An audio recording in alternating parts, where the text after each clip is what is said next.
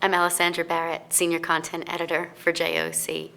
I'm at our 2016 Inland Distribution Conference in Memphis, and I'm joined by Chris Chase, Marketing Manager for the Port of LA. Nice to see you, Chris. Hey, good to be back. How's the port doing? Well, we are doing quite well. We have had a lot of opportunity for improvement over the last couple of years, and we seem to have taken advantage of that. Volumes have come back nicely since the last couple of years. We're seeing benefits of our infrastructure investment, which is still ongoing and it's been quite significant. We just finished up a couple projects, not inside our terminals, but roadway infrastructure that we paid for and we developed along with different agencies in the area to improve some on-ramps, off-ramps, stuff that you don't always see inside the terminal, but has a big impact on how we move cargo. Getting those cars and trucks to move coherently and, more importantly, to get that cargo in and out of the terminal as efficiently as possible. We're in the midst of a $1 billion 10-year project to improve many of our terminals. We have our tray pack facility that is still ongoing. We just added a rail yard for them. The first time they've had on-dock rail is part of their automated terminal process. We're going to see that rail yard coming online shortly. We will also be having, we're also doing some work with a couple of other terminals to do wharf improvements. We're seeing, not the port's paying for this, but our terminal customers are paying for raising the cranes to be able to handle those generations of ships like the 18,000 so they can fully profile them. So we're seeing a number of terminals adding somewhere between 30 and 35 feet of steel onto their cranes to raise them up to allow them to get the 7th and 8th tiers on those big ships as they start migrating to our marketplace. And we've been lucky enough over the last year to be able to handle several of the 18,000 TEU ships that came in. It was one of our Christmas presents for 2016 to have that beauty come in.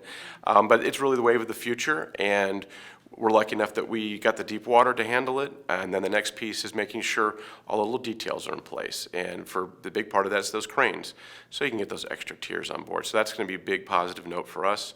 We're really seeing most of our container customers, even in light of some difficult financial situations for many customers, our terminals are coming to us wanting to invest for the future.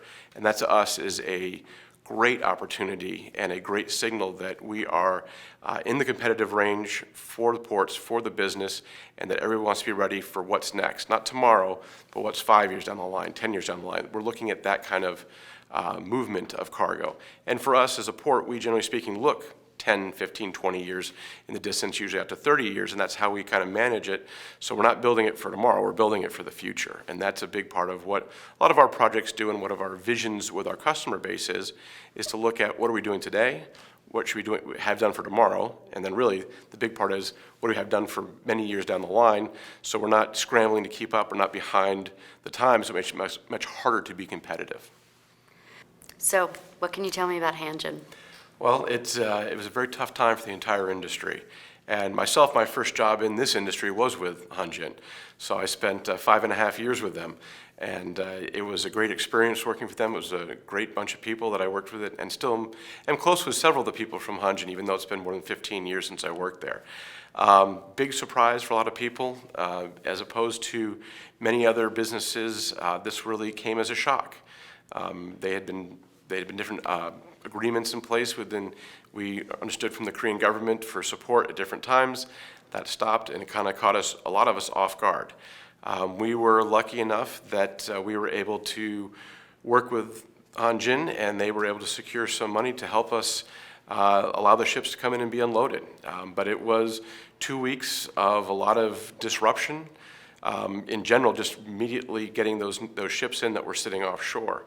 And LA port on our side, we didn't have as much exposure. We have some Hanjin business, we had some Hanjin ships calling, but a majority were calling at other locations. So what didn't quite impact us as deeply, but we still felt the effects that rippled through the entire industry. Not the least of which is the dislocation of equipment, especially in the chassis game, with a lot of containers being picked up for Hanjin to be unloaded, and then no place to return them. The leasing companies did what they could. Hanjin did what they could, but the fact is that in these situations, especially in unplanned bankruptcy like this, there's a lot of factors at play, not the least of which is legal ramifications that many people, it's very hard to work with, and you just don't know. You're dealing with courts and everything else. So it really caught a lot of people off guard, and really had a big disruption. I think it also pushed back a lot of people's peak seasons a few weeks because they're scrambling to reroute that cargo, whether it be on Hanjin itself or their partners who are on their ships with them. You got to find new spots to go. Do you take it out of a Hanjin box, put it into another customer's container, and then move it? And there's all those pieces take time, and then you have the crunch, like here at the ports we had, where we had at one point close to 10,000 containers, empty containers sitting on chassis throughout Southern California. And that obviously is a disruption to everybody's business. And a lot of that has been worked through. We're now a couple of months into this. There's still remnants, there's still pieces of the puzzle. We've seen a few ships come through picking up empties for them. There's another one scheduled, I believe, in the next couple of weeks. So there's a lot of pieces moving behind the scenes. But it's really unfortunate for all the people at Hanjin who worked for a company that had done a lot of work and had some really good people working for them. And unfortunately, they're not around. So fortunately, most of them are good people, so they get picked up by new companies, which is a very good thing. Yes, yeah. Thanks for speaking with me today, Chris. Happy to do it. I've been speaking with Chris Chase, Marketing Manager for the Port of LA.